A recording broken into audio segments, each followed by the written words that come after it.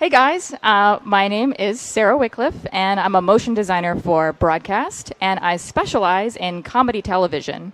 I've worked on projects such as the Onion News Network, The Nightly Show with Larry Wilmore, the Jon Stewart animated project that almost made it to HBO, and now I supervise the graphics department on a weekly late-night comedy show that airs Thursday nights on BET called The Rundown with Robin Thede.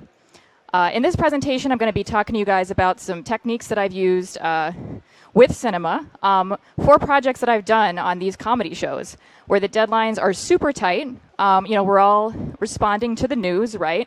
We're doing satire, so when Trump tweets something, everyone wants to be the first person to make a joke about it. And all the projects that I'm going to show you today, these are all things that I've done in a couple of hours tops. Because the deadlines on your typical Daily Show or a John Oliver, they are lightning fast. So quick turnaround type stuff. I'm going to be talking a lot about parody graphics, just how best to hit that reference that you want to make fun of. And finally, I'm going to be reaching out to some of you After Effects artists out there, some of you still designers, illustrators, people who use Photoshop, who might be interested in 3D. But don't really know where to start, might feel a little bit intimidated by it. I know I was definitely one of those artists, so that's why I feel really passionate about, showing some really simple, basic techniques that any kind of entry-level person can just jump right in there and start extruding text in about, 2 seconds. So without further ado, I'm going to show you my reel and give you a better sense of what I do.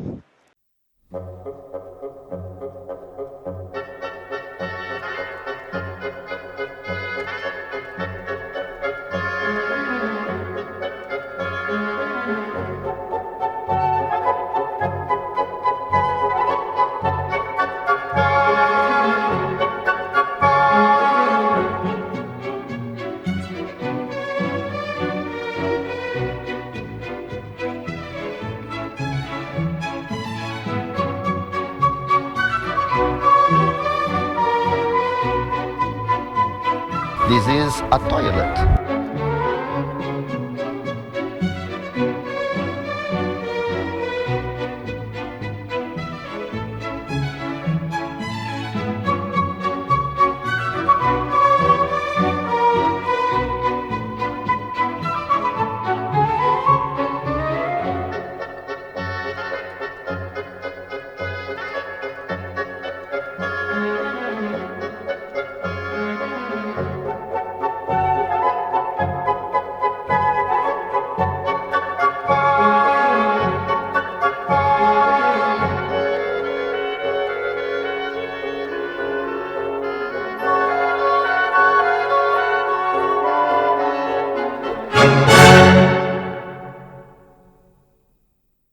So you saw a lot of After Effects in there with just a little bit of cinema peppered in here and there. I am more of I started out as a fine artist. Then I studied character animation, and that's initially what I set out to do. But my first motion design job, that was just a little note about how I wasn't going to move to LA to do character animation. I wanted to stay in New York. But my first motion design job was at the Onion News Network. And I just jumped at the chance to work there because I've always loved satire, and I loved their content. And I started as the junior-most member of their graphics team. And everybody else in the department, they were all dudes who were really, really good at 3D, and I was very intimidated by it. At the time, pretty much all my work there stayed in After Effects because in college I had taken some 3D classes in another software package, and it was never very intuitive to me. I found it very frustrating. Things would happen in my projects that I did not understand why they were happening, and it gave me kind of a 3D phobia that stuck with me for a long time. And so I got pretty good at faking it while I was at the Onion, but I knew that if I really wanted to have all options available to me as a motion designer, I'd have to buck up and do some tutorials and learn some cinema. And so my next opportunity to do that came in my first major network television job at the Chew. And so A quick note about the volume of work that I had to do there. We were responsible for 2 shows per day, 3 days a week. That was graphics for 6 hours of television a week. I ran the department with another person, so this amount was divided by 2. And it really got me used to these fast turnarounds, because when the volume is that high, you've got to produce a lot. And also, it's when I first started, working with the 3D look. You can see this kind of slight 3D look on their logo. Here are a few things that I started to do. This was one of my first projects with cinema, which was actually a bump that aired like a little wipe. And just a really simple camera move on an extruded logo, nothing fancy. But the more I did things like that, the more I kind of got the confidence to start doing more things in cinema. And by the time I got my next gig doing comedy again for the nightly show with Larry Wilmore, it was good that I had that experience, because the turnaround times at this show were even tighter than they were at the Chew.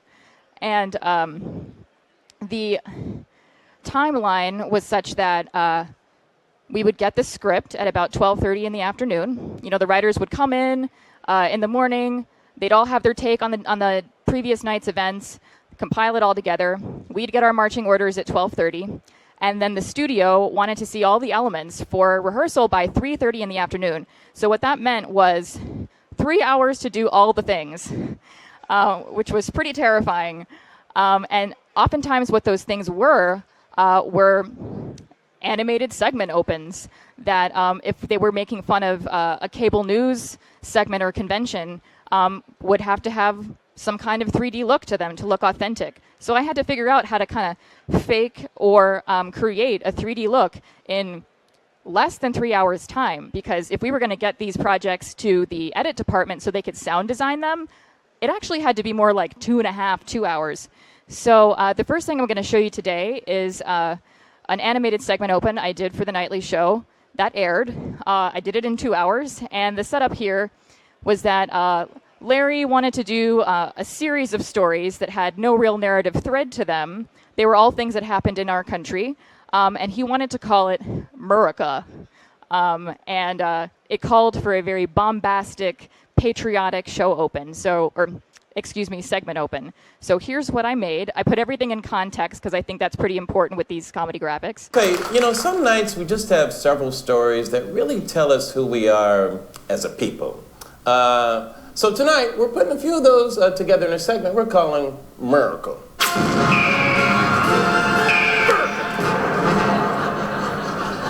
Miracle. So that's what Murica meant to me. And if we kind of dissect what I did, I'll just scrub through really quick. We've got this zoom in and out camera move, and looking at it in a still form.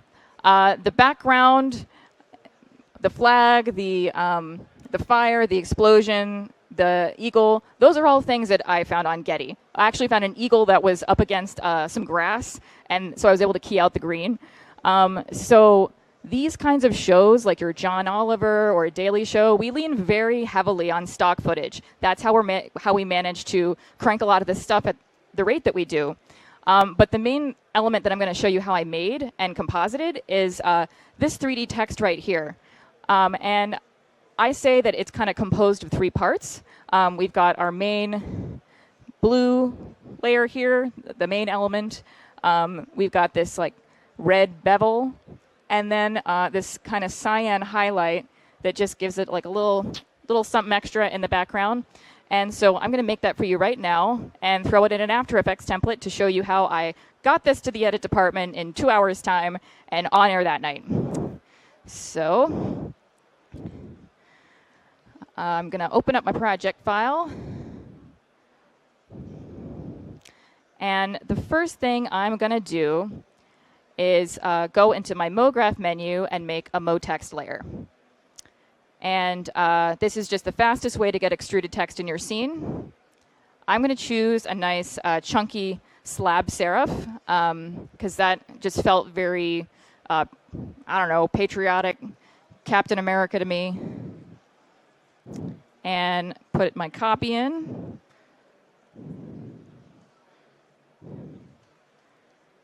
And just kind of drag it over so it's in the frame. And note that I have a protection tag on my camera right now. If I turn it off, I can tumble around, see what I'm doing that way. But when I'm designing something and I really want to focus on how it looks in one frame, I keep a protection tag on just because sometimes when you're working, you can forget what you're doing and tumble around, and then you'll lose your place. So you can add that by right-clicking, Cinema 4D tags, protection tag. And what that does is now when I try to tumble, I'm clicking, it's not going to go anywhere. So that's a tip that I like to do when I'm working. I'm going to make this a little less chunky because I'm going to add thickness to it with other things. And now I'm going to make the red bevel that I showed you guys. So I'm just going to do that with a text spline and a sweep NURB. Super basic stuff. It is, let's see, here. And I'm going to select that same font, Chunk 5.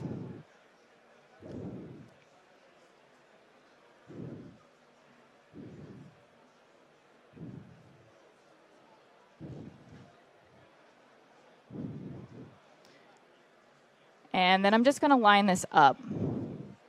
And, in an ideal world, it would be totally exact. I'm just kind of eyeballing it. And to create the bevel, I'm going to make another spline, a rectangle spline. Make it pretty small.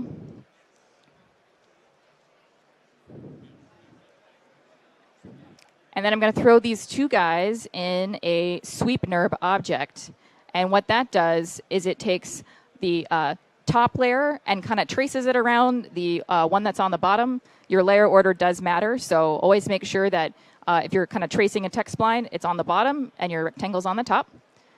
Drag these in. And now you can see I've got this extrusion happening. If I turn this off, there it is. And I can add a little rounding to this by turning that on in my square spline, just this little checkbox here. And those are the main elements. I'm going to make the layer that I throw the cyan highlight on right now and just kind of throw that in the back. So copy paste my main mode text layer and turn my camera off. And then I'm just going to drag it behind in Z just a little bit. And how this is different is I'm going to go into caps, fillet cap, and make it not so big.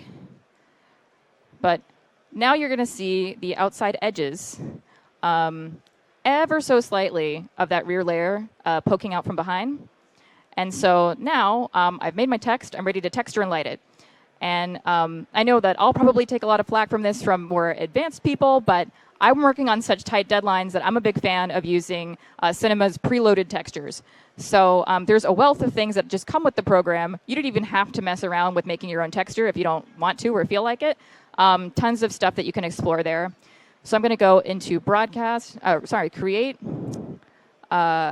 broadcast, glossy dark blue. First, throw this onto my main MoText layer.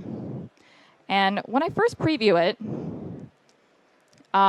it's not really the color that we want. It's sort of flat. Part of that is because it's not lit. But what I like about this one, even though it's not super fancy, is that it's just so simple to edit. It's like anyone who's ever used a color picker can work with this and make something look shiny. So I'm just going to go in and keep my specular one the same. Specular 2, I'm going to make that more of a cobalt. Specular 3, I'm going to make like a dark navy. And then my reflection color, I'm going to even make that a little bit more saturated. This one too, I'm just amping the color up. And so now, it's going to look like the color's different. Still, the reflection's not that nice, but this will change when I light it.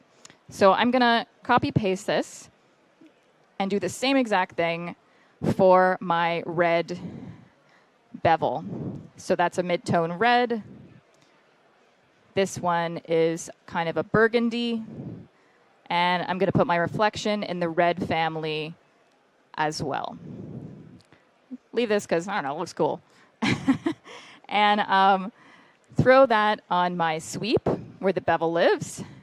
And now, even though it's still sort of flat looking, you can see it's like kind of giving off Captain America vibes to me. I don't know, I'm getting like a patriotic feel from it.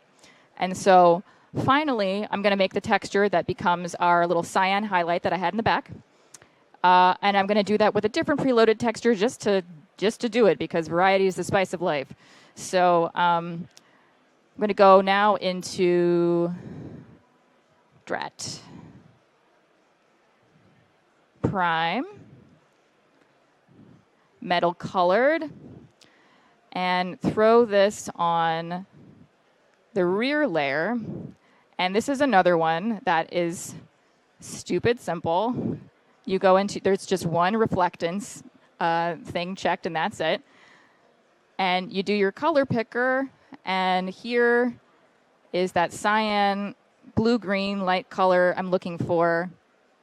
And so when I look at it now, you can't quite see it. We'll see if it comes out when I light it. So in order to light it, I'm going to use a plugin that it's made by Grayscale Gorilla.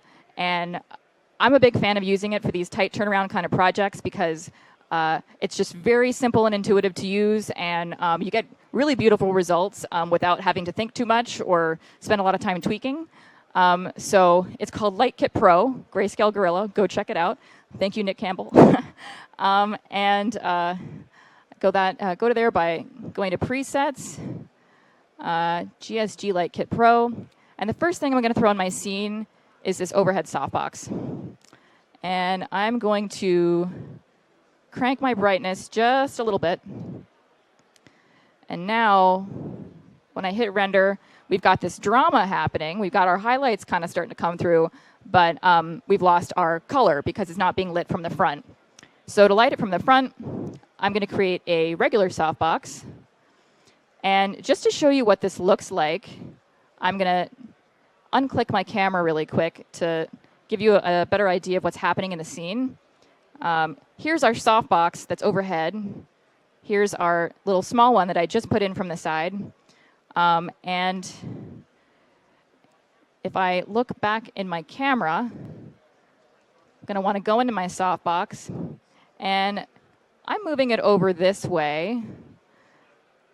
Maybe more like 40. And just a little tidbit about this particular plugin. You can turn scene by camera and visible in editor off so that you can kind of see what you're doing. It's still going to light it the same way, but it's not going to be in your way. And now when I hit render, we're getting our color back from the front, but we've got this kind of hot spot cutting in the middle there. And, you know, on one hand, I could try to tweak my texture or just fiddle around with moving my light around to not have that. It's basically just a reflection of the shape of the softbox light that's right in front of it.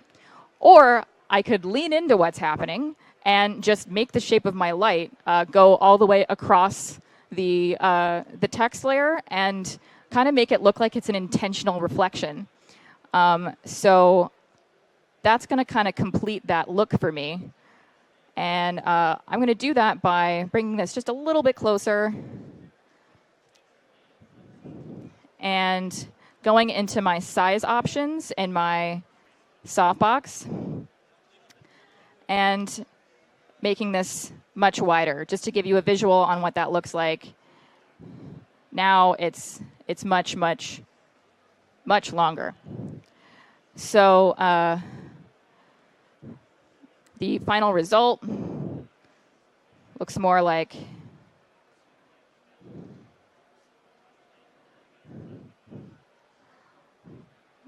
that. I'd probably slide it over just a little bit more let's see, if I move it this way, does this edge go away? It does. And then if I wanted to bring these colors a little closer together, I could do that too. You know, this is where the tweaking comes in, and you only really do that if you've got time. But that's how I made this reflective text. And my next tip for you guys for the next part of this project is to, if you're pressed for time, render a still out of Cinema and just fake it. So I would find that sometimes when I was doing a 3D render, things would be buzzing. You know, maybe some unexpected things would happen. And when you've got 2 hours and your editor and your producer is breathing down your neck, you don't have time to mess around.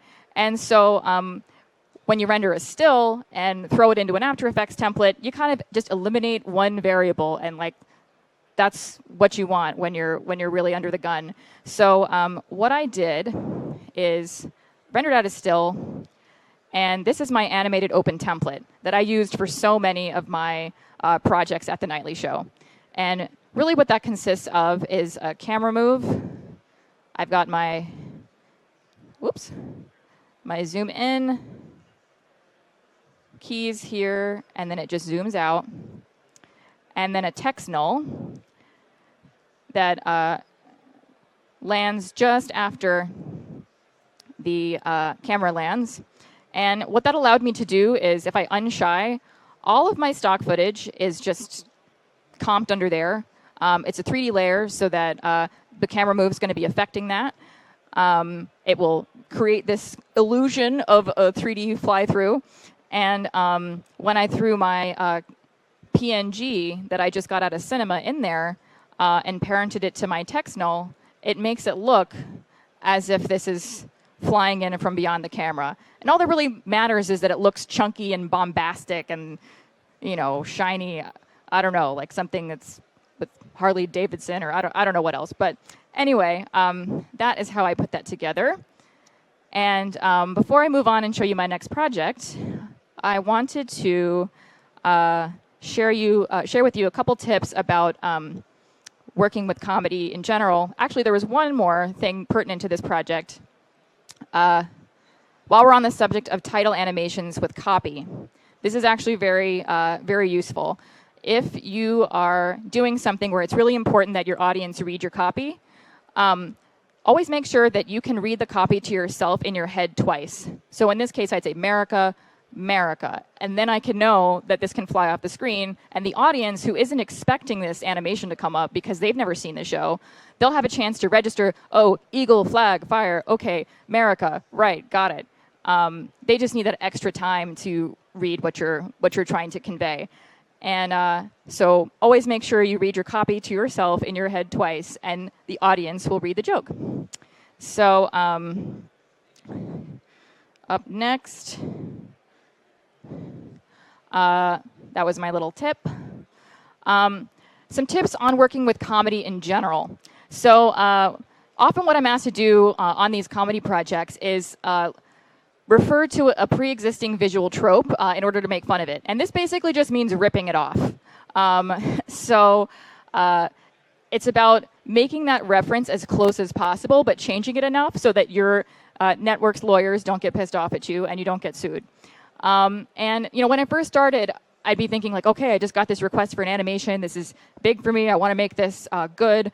What kind of spin can I put on it? And it's not about that. It's about selling a reference and kind of communicating in this language of TV looks that we're all used to.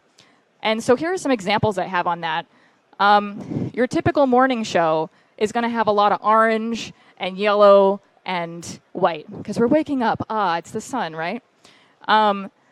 Your election graphics are going to have stars and stripes and you know, some kind of red, white, and blue. It's pretty universal. Food graphics, I know from my time at the Chew, they have a lot of orange in them as well. Orange and green are actually colors that are naturally found in food.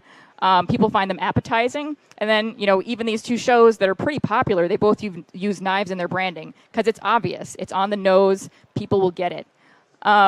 your typical sports graphics. I think of that as being very heavy, mechanical, saturated, kind of aggressive looks. Like we know what this look is, right? This is, if I was going to try to parody a sports show, I'd probably try to do some big thing with cloner objects and everything shiny and flying out at you. And then here's just an example of some newsroom graphics where, typically when I think of news branding, especially when it comes to local news, I think of the color blue straight away. But these are two kind of freshened up show packages that actually both freshened up in a similar way. They're a little lighter, but they use kind of a red, white, and blue and a sans serif.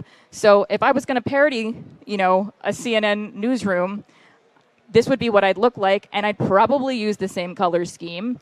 And just lean into it, because your job is to sell the joke. So go with your first instinct. Whatever your first thing that you think of when you think of that thing that you're being asked to make fun of, go with that. So when I think of Guy Fieri, I think of flames. I think of frosted tips. I think of donkey sauce. This is just a dumb little thing that I did for the Chew. It was a game that when they had Guy Fieri on, I put flames on it because it's Guy Fieri. It's not rocket science. So you can never be too on the nose. It's actually better if you are, and that's what's going to help you if you're ever going to do news goofs, which is the genre that some of my friends that work on these types of shows call it. So moving on, I'm going to show you a project that I did for The Rundown with Robin Thede. I actually did end up parodying a CNN breaking news open. The setup here was that, we just advance here. Oh, actually, these were just a few more parodies that I did, kind of hammering that point on. For example, if you're going to do a graphic on Congress, put Capitol Hill on it. Duh, right? I put a clock in the background because we're watching them. This was, is Oprah going to run for president? Here she is with a flag behind her. But moving on, this is a segment that I did for The Rundown. And the setup here, this was right before the holidays when the Me Too movement was very much in the news. And my host, Robin, you'll see there, she wanted to do a joke on even Santa Claus was accused of sexual harassment. And Mrs. Claus is holding a press conference straight from the North Pole, addressing the concerns and announcing that she is stepping up to take on the role of her husband. And they asked for a big, flashy breaking news style animation to sell the joke, to make it look like CNN was really covering this. So here's what I did.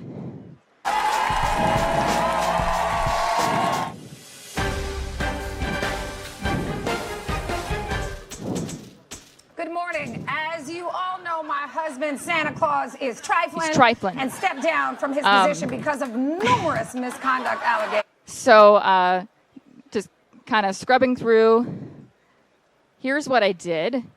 And when I got asked to do this breaking news animation, I thought, okay, what is the most pervasive breaking news animation that I've seen? What will most people think of when they want to think of CNN? Well, I found the CNN Newsroom's breaking news animation, and you'll see that I referenced it pretty closely. This is CNN Breaking News. So you can see here, it is the same kind of thing where there's the three layers coming in. Black, white, and red. And on the bottom here, there's this glossy CNN logo in a red. The camera is orbiting around the logo to make it say, this is 3D, everyone. We're seeing this in 3 dimensions. And in the background, there are these kind of like speaker grates, and I don't really know what purpose they serve. I don't know if they're like filters for catching the news, like an air conditioning filter. Whatever. They put them in there, so I'm going to put them in mine too. So I'm going to quickly open up my project and show you how I made that. And also, I'm just going to create the background for you. It was very, very simple, and mock that up for you, how I did that. So, going to open up my project. First, I'm just going to click around, show you what it's made of. Really simple stuff. Remember when I made the Motex layer before? That's what all these are. We've got a camera that does not have a protection tag on it, but it's actually doing something. It's orbiting around the text here. And then on the bottom here where the CNN Open had the CNN logo, I just have breaking news repeated because I didn't have any other copy, and it's just a design element. So guess what's breaking? It's the news. And up here, this is this echoed text element that I noticed in the CNN Open. I call it the ticker. And really the only thing missing is the background. It's our weird news filters, our speaker grates. So I'm going to make those for you really, really fast. First thing I'm going to do is create a new project just to have like a clean surface area to work on. And I'm going to make a plane. And, oops, don't really need a lot of segments here. And I'm going to use my favorite tool that I used before, the sweep NURB, to make a little beveled edge on the plane. So if I rotate it down this way, just change the alignment, it's now flush with our plane. And make another rectangle. Make it small, like I did before. And make my sweep object. And now we've got this little extruded edge. And just to make these one element as opposed to two, I'm going to select my plane and hit the letter C, which is the same thing as hitting this button here. And that makes object editable. It breaks it down to its basic polygon form and allows you to combine it with other objects. So I just did that to my sweep as well. Again, that's just by hitting the letter C. And now I'm going to select both of these and connect objects and delete. And so now I've combined these two things. I've got the basis of what my speaker grate is, but there's only one of them. So in order to make more, I'm going to throw these in a cloner object, which is this really great tool. You can use it by dragging whatever you want to duplicate many times, make it a child of the cloner. And now there's instances of that thing. So if I go into my cloner menu, there are a couple of different modes you can put it in. This one's linear. If I did radial, it would kind of make it in a circle formation. But what I want is a grid array. And I'm going to want to make sure that it's perpendicular to my floor and not parallel, because I want them straight up and down behind my news text. So in my transform tab, different from my object tab, I'm just going to rotate so that it's straight up and down. And these little handles here on your cloner object, they can allow you to, whoop, what is happening? Expand or contract the surface area that your cloner object is taking up. So I think I've actually got one too many of these planes in the Z. So I'm going to go back into my object tab, and is this the right one? No, it's not. I'm going to reduce it this way, 3 times the charm. And so now I've got kind of the base of what this little background texture could be, but it's too uniform. And, you know, I could spend time doing a bunch of these different things. I'm moving them around individually, but the faster way to randomize something is to, if you have your cloner object selected, go to your MoGraph menu again, and scroll down to Random for Random Effector. And in your Parameters tab, there's a number of different things you can do here. If I drag in position, it's going to move these in the various dimensions. If I want to rotate them, I just select that, and now I've entered something. They're all going to be turned different directions, but I don't want that, so I'm just going to unselect that. I am going to vary the scale a little bit, and I'm going to hit Uniform Scale because I don't want these all stretched and distorted, and just put in the number 1. And that made these a bunch of different sizes. If I wanted to go into my effector and just change how this looked. I could scroll through my random seed and decide on any number of configurations here. But I'm pretty happy with what we've got. So now what I'm going to do, is select my random and my cloner and make everything in a null. And do that by hitting Alt-G. That creates a null. So it just makes it a little cleaner. And I'm going to call it background. And I'm going to just copy paste this into my breaking news scene. And when I dropped it in, it's not quite lined up where I want it. That's okay. Just going to move it around. Maybe if I put this way.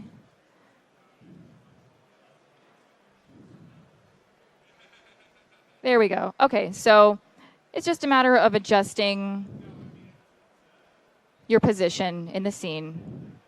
I want to move these behind my breaking news text. They're a little large, so I'm going to spread them out just a little bit more.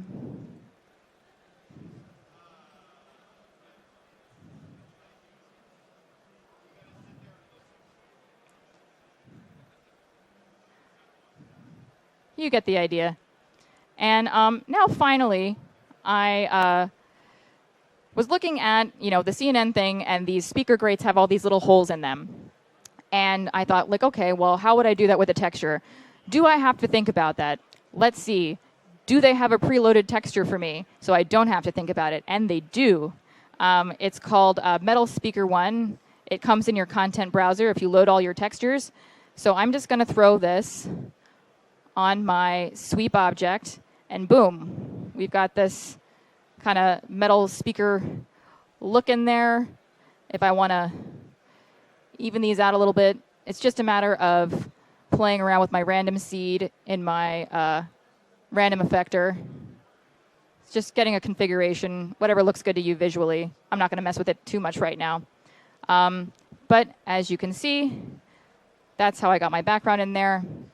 And this whole thing took me just a couple of hours.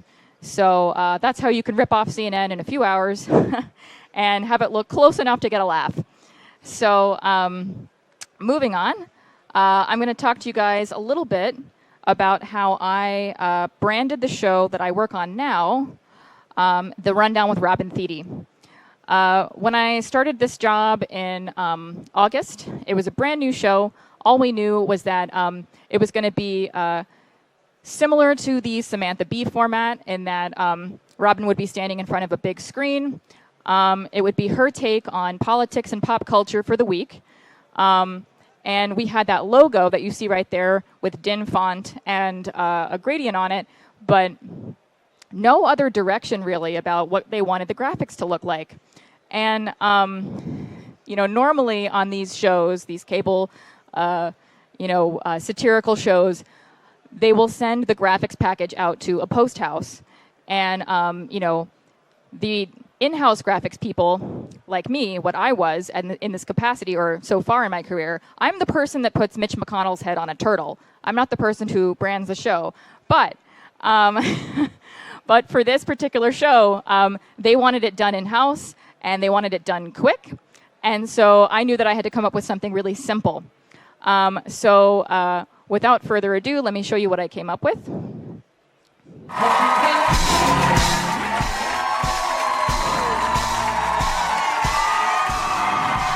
Just play it one more time. I know it goes by really fast.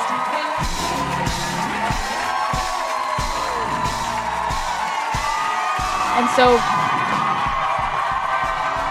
when I say I didn't have much to go on, it's not entirely true because I did have this beautiful set that was designed by Jim Fenhagen. And, on one hand, it's gorgeous, right? It's so lush. There's so many colors. And at the same time, look at all these patterns. There's over there on the blue wall, it's actually a huge collage of famous people throughout Black history. There's so many different details. And I felt that with the graphics, it was important to not compete with what was already going on and to have something really simple. And so that is how I arrived at the idea to use a flat black background. I knew I wanted either flat black or flat white. Flat white didn't seem like the move because John Oliver has that already. So I wanted to do a flat background that would also just inherently build simplicity into the show package. If you're working with a flat color, you don't have to deal with having your foreground elements competing with the background. It's just going to stand out and look beautiful. Whatever you put on black is going to look like it's being showcased. So then there comes the question of how did I come up with this like diamond-looking thing, this prism thing that rotates. And this goes into my next tip, just in general, in either working with broadcast or if you're working with a client, this would apply to them. I say, take style cues from your host. So Robin is a very, very fashionable, very stylish woman. And I knew that whatever she put in her office was something that she would intentionally have put there. She has very particular taste. And there was one day that I was just sitting in her office, still kind of freaking out because I don't know what they want for this show. I don't know anything about it either. It's brand new. We're coming up with a new thing. And I looked down at her rug. And her rug has this kind of diamond pattern on it.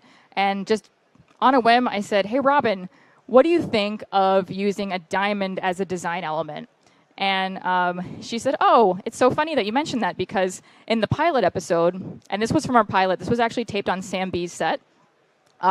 This really faded thing in the background is a glass diamond that was done in 3D, and it's slowly rotating. And without even realizing it, I just hit on something that she had already liked well enough to put in her pilot.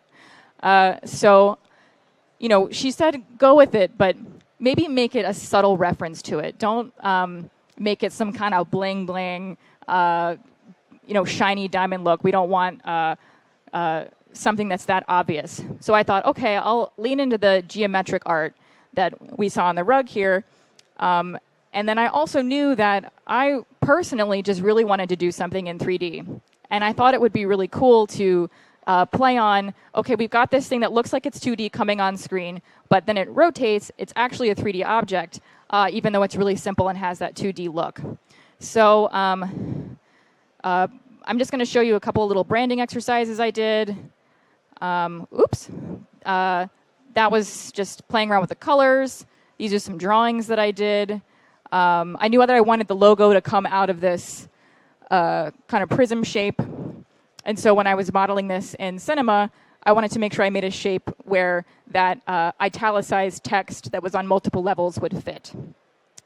And so I'm also showing you guys these just to stress that I think it's really important. You don't have to be great at drawing, but draw to plan out what you're going to do, because it's going to be a lot less stressful when you sit down to make something if you've already got a plan, because at least the hard part is done.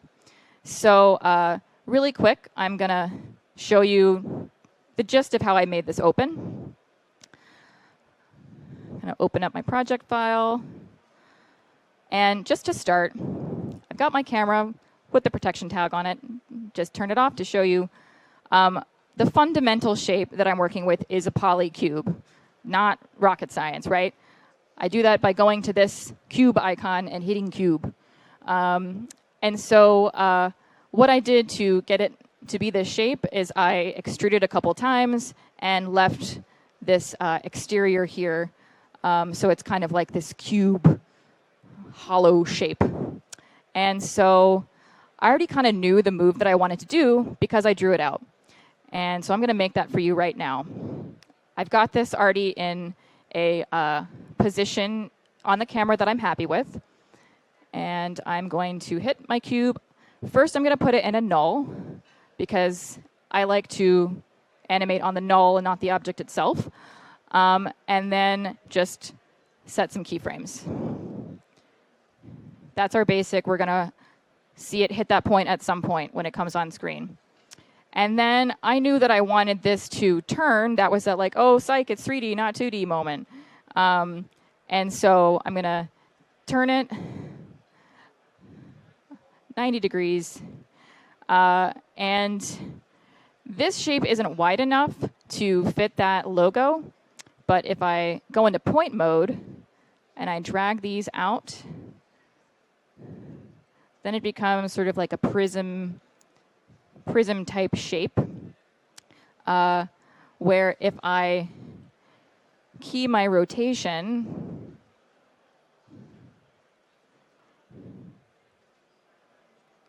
whoops, I keyed my points and not my object.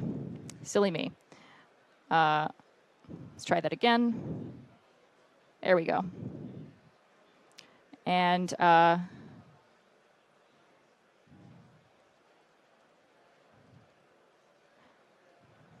so there it is, turning, coming on screen. I wanted it to come from way back here, so it would jump out at you, announce, we're about to watch something, pay attention. So I'm going to set this key. And, this is just simple keyframing. This is what I did when I was a character animator. It's the same kind of thing. And so the fundamental move is this, right? But I want to jazz it up a little bit. So first thing I'm going to do is overshoot when it flies on by copying and pasting this keyframe here, drawing this closer to the screen, and keying it again. And then now it's like, boom. Oh, wait. It didn't work.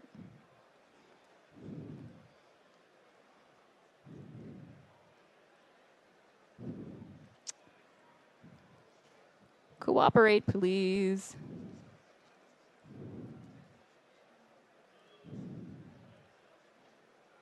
There we go. Okay. So now it's kind of coming out at you a little bit more. I'll exaggerate that even a little bit more. And just for fun, I'm going to put a little spin on this when it comes on. That makes it look just a little bit more interesting. And so the next little detail I'm going to add to just add a little decoration is I'm going to use my favorite tool that I've done a couple times today, but it can serve a lot of different purposes, the sweep NAB. So if you look at my animation, if you look, there were these sweeps kind of chasing it around. And I'm just going to make one of those and then show you how I did it in the final project file. So I'm going to go into my spline menu and find one of my keyframes where it's settled to a place that I like it, and rotate this guy 45 degrees. And I'm going to make it a little smaller, maybe like 300. And then I'm going to make another one. Make it much smaller. Throw it in this sweep object. And now the way that you create that chasing around illusion is by animating your start growth and your end growth. And so first, at the very beginning, I'm going to set this to 100 and 100 so it's not on screen. And I found that if I animated one to be about 30% or 20% farther ahead, it would create that chasing effect. So I'm going to make this, let's see, 60%, and this 90. And I'm going to make this 40 here, and make this maybe 60. I'm just kind of spouting out numbers at random. It's not mathematical or technical. I'm just saying what looks good to me. And so it tracks with it. I want to make sure that I have it inside my null so that it's taking the animation of the null. And just finishing up the animation, I'm going to key it one more time, maybe put this at 20, 40, and then I will turn it and have it at 0, 0 by the time it's turned. So that created that look where it's chasing it around. And if I open up the final project here, you can see how I layered it. So that was just by copy pasting that sweep a whole bunch of times. When it turns, I have the logo in After Effects. It's just being masked. So, and because I did it on a flat black background, I could either mask the logo or I could have put a black solid over it. It's really simple and it's built into the design.